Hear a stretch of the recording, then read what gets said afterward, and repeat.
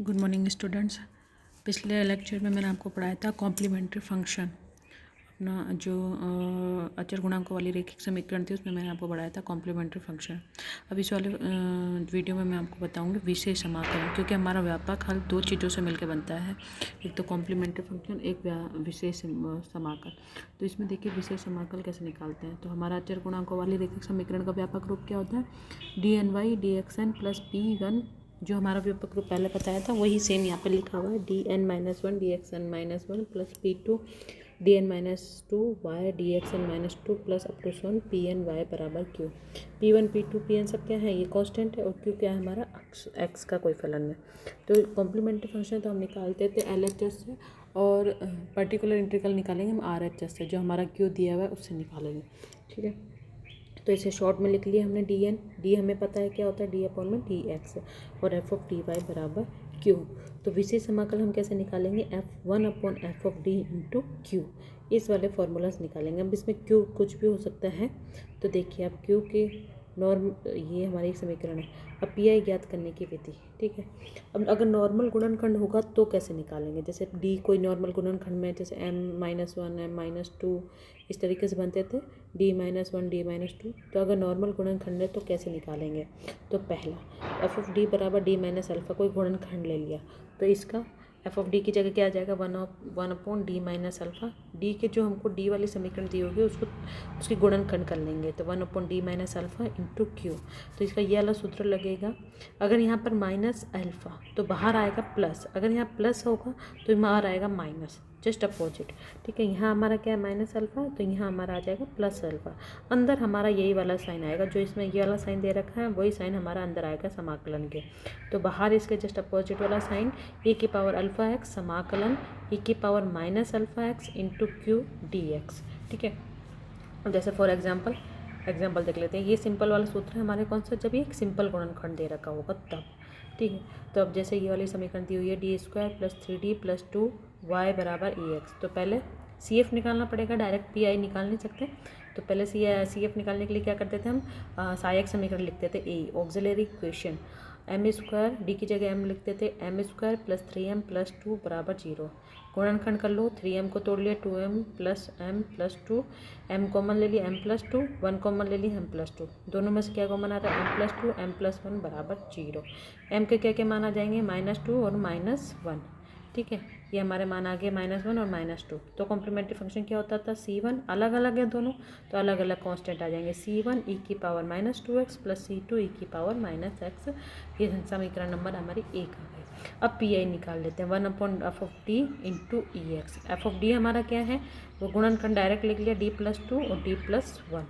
ठीक है, अब इसका हमने क्या करा? इसका हमने भिन्न कर लिए, आंशिक भिन्न कर लिए। ठीक है, डायरेक्ट तो इसमें लिख नहीं सकते, वो सिंगल एक जो सूत्र में जो था वो सिंगल गुणनखंड के लिए था d-अल्फा। इसमें दो है ना, तो इन दोनों को अलग अलग कर लेते हैं, आंशिक भिन्न कर लेते हैं। आंशिक भिन्न हमने 6-7 में पढ़ा हुआ है, दोनों को अलग अलग कर लिया। अब ये जो हमारा है, ये जो हमारी समीकरण है ये वाली, इससे ये वाली समीकरण आनी चाहिए। आंशिक भिन्न इस तरीके से हम करते हैं दोनों को अलग अलग, कि ये समीकरण को हम सॉल्व करें तो ये वाली समीकरण हमारी आनी चाहिए। देख लीजिए, अब इसको सॉल्व कर लीजिए आप। लघुत्तम लिया d+2 d+1, है ना। इधर से d+1 कट गया, d+2 बचा। इधर से d+2 कट गया, माइनस के d और माइनस का 1 बचा। ठीक है, d से d कट गया, 2 में से बन गया 1। तो सेम ऊपर वाली इक्वेशन आ गई। तो हमारी आंशिक भिन्न इस तरीके से होगी कि हम दोनों को अलग अलग लिख लेते हैं, और बीच में जो साइन होता है या तो माइनस या प्लस का, तो इस तरीके से लगा। यहाँ पर प्लस का तो लगा ही नहीं सकते, क्योंकि सारी चीज़ें प्लस में ऑलरेडी हैं। तो प्लस का लगाएंगे तो बढ़कर चीज़ आएंगी, तो माइनस का साइन लगाना पड़ेगा। और माइनस का साइन लगाने पर हमें ये भी देखना है कि ऊपर हम कुछ लिखें या नहीं लिखें। अब ऊपर 1 है तो दोनों जगह 1 लगा दिया, और e⁻x। अब दोनों को अंदर ले लिया। अब e⁻x से अंदर गुणा हो जाएगा। अब e⁻x से अंदर गुणा कर लिया, इसके साथ भी ले लिया, इसके साथ। अब वो वाला फॉर्मूला लगा दो। उसमें क्या होता था? d-अल्फा था। इसमें क्या है? अल्फा की जगह क्या दे रखा है? इस वाले इस पद में अल्फा की जगह क्या दे रखा है? -ऑफ। इससे कंपैरिजन करेंगे तो -(-1) d(-1). ठीक है, तो अल्फा की जगह क्या है? -1। तो सूत्र में क्या था? e⁻ जो होता है उसका जस्ट अपोजिट होता है। वहाँ माइनस अल्फ़ा होता है तो प्लस अल्फ़ा, यहाँ प्लस अल्फ़ा है तो माइनस आएगा, तो e की पावर माइनस एक्स, यानी सीधे सीधे अल्फ़ा का मान कंपैरिजन करके रख देंगे। यहाँ से कंपैरिजन कर लो और उस वाले सूत्र में रख दो, तो ये आ गया। यहाँ पर ये मान रख दिया और अंदर तो वही आता था जो हमारी ये वाला पद होता था, वही आता था सेम। और क्यू एक्स हमें दे रखा है e की पावर एक्स, ठीक है। सेम इसमें भी e की पावर इसका 2 का जस्ट अपोजिट वाला आएगा बाहर, e की पावर माइनस 2x, अंदर तो सेम आएगा e की पावर 2x, क्यू एक्स हमें दे रखा है e की पावर x, ठीक है। इसको सॉल्व कर लो, समाकलन निकाल लो, समाकलन निकालना में आता है। ये दोनों मिलके क्या हो गई e की पावर 2x, ये दोनों मिलके क्या हो गई e की पावर 3x। e की पावर 2x का समाकलन क्या होता है e की पावर 2x अपॉन में 2, और e की पावर 3x का क्या हो गया e की पावर 3 अपॉन में 3, ठीक है। ये 2x, ये माइनस का x क्या हो जाएगा e की पावर x, ये 3x माइनस 2 e की पावर x, 1/2 e की पावर x माइनस 1/3, ये सॉल्व करा 1/6 e की पावर x, तो ये हमारा एक निकल गया।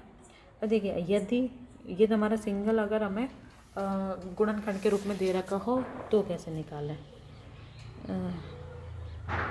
है ना। अब ये तो हमें जब दे जब हमें क्यू कुछ भी दिया हुआ हो और नीचे गुणनखंड कुछ भी गुणनखंड दिया हो, क्यू का इसमें स्पेशलाइजेशन नहीं है। अब यहाँ हमें विशेष समाकलन ज्ञात करने की लघु विधि। अब कुछ चीज़ें जो होती है हमें अगर क्यू स्पेशल दिया हुआ होता है तो कैसे निकालेंगे, तो क्यू विभिन्न प्रकार के दिए हुए हों तो। अब जैसे पहला क्यू हमें या मान लो क्यू हमें e की पावर वाला दिया हुआ, गुणनखंड वाले तरीके से हम निकाल सकते हैं, लेकिन अगर हमें क्यू का मान ज्ञात हो तो हम शॉर्ट तरीके से भी निकाल सकते हैं। अब जैसे क्यू दे रखा है हमें e की पावर ax दिया हुआ हो, ठीक है, तो पी आई माना वही है 1/f(d) की पावर ax। तो सिंपल इसमें क्या करते हैं d की जगह a रख देते हैं, ठीक है, d की जगह a रख देते हैं, वो हमारा आंसर हो जाएगा पी आई। लेकिन ए रखने पर जीरो नहीं होना चाहिए, एफ ऑफ ए जो हमारा वो जीरो नहीं होना चाहिए, तब हमारे ये डायरेक्ट चीज़ आ जाए। लेकिन मान लो यदि एफ ऑफ ए बराबर जीरो आए तो जो हमारा वो जो गुणनखंड है जिसमें जीरो नहीं हो रहा है उसको तो अलग कर दो, उसका मान तो सेम ऊपर वाले की तरह आ जाएगा। जैसे ये अलग गुणनखंड जो मैंने लिखा है कि power A X phi of A, ये तो वो है जिसमें रखने पर जीरो नहीं हो रहा, और जिसमें रखने पर जीरो हो रहा है उसकी घात देखेंगे कितनी है, तो एक्स की घात आर वो है जो उस गुणनखंड की घात है, ठीक है। एक्स की घात वो लगाएंगे जो उस गुणनखंड की घात है, कि वो जैसे कि d-1 का स्क्वायर है और उसमें 1 रखने पर जीरो आ रहा है तो स्क्वायर यहाँ आ जाएगा एक्स की घात आर की जगह, ठीक है, और आर फैक्टोरियल, है ना, जैसे अभी एग्जाम्पल से। और इसी e की पावर ax में एक ये वाला भी है, यदि q बराबर साइन हाइपरबोलिक ax या कॉस हाइपरबोलिक ax, तो इसमें क्या करेंगे डी स्क्वायर की जगह ए स्क्वायर रख देंगे, लेकिन ए स्क्वायर जीरो नहीं होना चाहिए, ठीक है, डी स्क्वायर की जगह ए स्क्वायर रख देंगे। इसका शॉर्ट तरीका ये है, वैसे ये वाला नहीं यूज़ करेंगे, अधिकतर ये वाला यूज़ करेंगे। इसमें कॉस हाइपरबोलिक ax का मान रख देंगे और साइन हाइपरबोलिक ax का मान रख देंगे। कॉस हाइपरबोलिक ax बराबर e की power ax, cos hyperbolic x का मान क्या होता है e की पावर ax प्लस e की पावर माइनस ax अपॉन में 2, सूत्र होता है ये वाला, और साइन हाइपरबोलिक में माइनस आ जाता है, ठीक है। अब देखिए एग्जाम्पल देख लेते हैं इसका, है ना, d+2 d-1। अब ये वाला जो एग्जाम्पल है उस तरीके से भी हो सकता है, गुणनखंड वाले से भी, ठीक है। इसमें गुणनखंड करके भी अलग अलग अब इसमें इसलिए गुणनखंड यूज़ नहीं करा है क्योंकि कई बार आंशिक भिन्न करने में दिक्कत आती है। अब जैसे ये 3 घात है तो इसकी आंशिक भिन्न कैसे करेंगे, आप चाहो तो आंशिक भिन्न ज्ञात करके भी कर सकते हैं, जैसे इसमें था, आप चाहो तो इसमें आंशिक भिन्न ज्ञात करके भी कर सकते हैं, या फिर डायरेक्ट ऐसे भी कर सकते हैं कि पहले तो कर लिया इसका, है ना, पहले तो कर लिया इसका, फिर जो आंसर आएगा फिर उसके साथ इसका कर लेंगे, ठीक है। एक एक करके भी कर सकते हैं, या तो डायरेक्ट आंशिक भिन्न करो और दोनों को एक साथ अलग अलग ले जाओ, या फिर पहले इसका करो फिर आंसर आएगा फिर इसका करो, ठीक है, ऐसे भी कर सकते हैं। जैसे कि इसका आंसर वही e की पावर x में आएगा, इसका आंसर भी, तो जो बाहर कॉन्स्टेंट चीज़ें होंगी वो तो बाहर आ जाएंगी और फिर इन दोनों को कंबाइन करके कर सकते हैं। ऐसे ही इसमें है, जैसे कि ऐसे इसमें है, इसमें 4 पद आएंगे, है ना, m+2 m-1 m-1 m-1 और m-1, है ना, 4 आएंगे। तो पहले एक बार एक के साथ फिर दूसरी बार दूसरे, तो बहुत बड़ी विधि हो जाती है, इसलिए हमें ये शॉर्टकट विधि वाली बताई गई है जिसमें e की पावर x आ रहा है तो डायरेक्ट कर सकते हैं, ठीक है। तो वो गुणनखंड वाली विधि बड़ी हो जाएगी। अब यहाँ पर देखिए, अब यहाँ पर ये आ रही है, ये देखो 1 मिनट, इसके वही a निकाल के पहले तो CF निकाल लिया हमने, इसके -2 1 1 1 C1 e की पावर -2x, और ये जब 3 सेम आ जाते हैं तो इस तरीके से हम लिखते हैं C2 + 3x + C4x² e की पावर x, ठीक है। अब लिख लिया हमने PI क्या होता है 1/f(d) e की पावर x। अब वो वाला सूत्र लगाएंगे, ई की पावर ए एक्स, यहाँ ए क्या है 1 है तो 1 रखेंगे इसमें, है ना। अब देखो इसमें 1 रखने पर तो 0 हो रहा है ना, तो इसको एक बार छोड़ देंगे, इसमें नहीं हो रहा है ना 0, तो हमारा सूत्र क्या आता है एक्स की पावर आर, ये रहा हमारा सूत्र एक्स की power R upon R factor E की पावर ए एक्स अपॉन में 5 ऑफ ए वो है जो हमारा जिसको रखने पे 0 नहीं होता। तो यहाँ d+2 में रख देते हैं 1, तो 1+2 ई की power x H it is. अब 0 रख किस में रखने पे 0 हो रहा है, इसमें, इस वाले गुणनखंड में, और इसकी घात कितनी है 3, तो x की घात कितनी लगाएंगे 3 और r फैक्टोरियल 3 फैक्टोरियल। बस ये हमारा सॉल्व हो गया, इसको सॉल्व कर लो।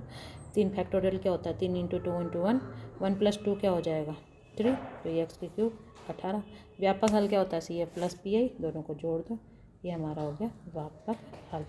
ठीक है, ये तो होगी एक चीज़, है ना।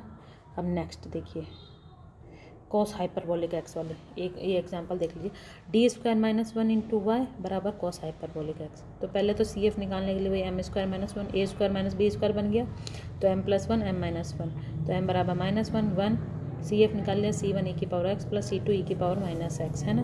अब कॉस हाइपरबोलिक एक्स फॉर्मूला लगा दिया, कॉस हाइपरबोलिक एक्स का e की पावर x अपॉन में 2 प्लस e की पावर -x अपॉन में 2। ठीक है, अलग अलग कर लिया, 1/2 इसके साथ कर लिया, e की पावर x इधर e की पावर -x इधर। फिर से इसमें e की पावर देखो, इसमें 1 है a, इसमें रखने पर 0 हो रहा है, इसमें नहीं हो रहा, तो इसमें तो मान रख दिया, और इसके गुणनखंड का घात कितनी 1 है, तो x की घात 1 आएगी, 1 फैक्टोरियल आएगी।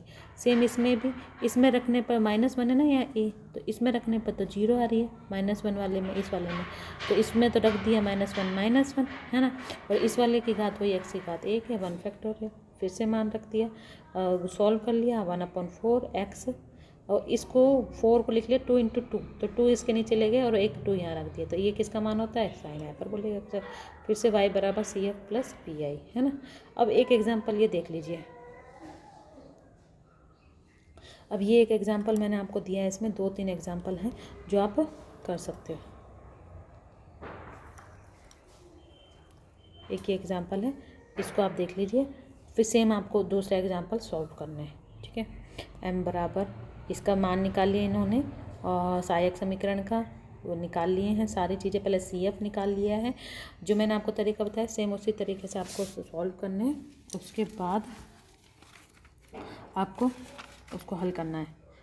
एक एग्जांपल मैंने आपको पूरा बता दिया, यहाँ पर v1 इसके 2 मान आए, इसके plus minus iota plus minus iota. ठीक है, सी एफ निकाल लिया, ये निकाल लिया 1/f ऑफ डी की पावर d - 1 का होल स्क्वायर d² + 1 का होल स्क्वायर e की पावर x।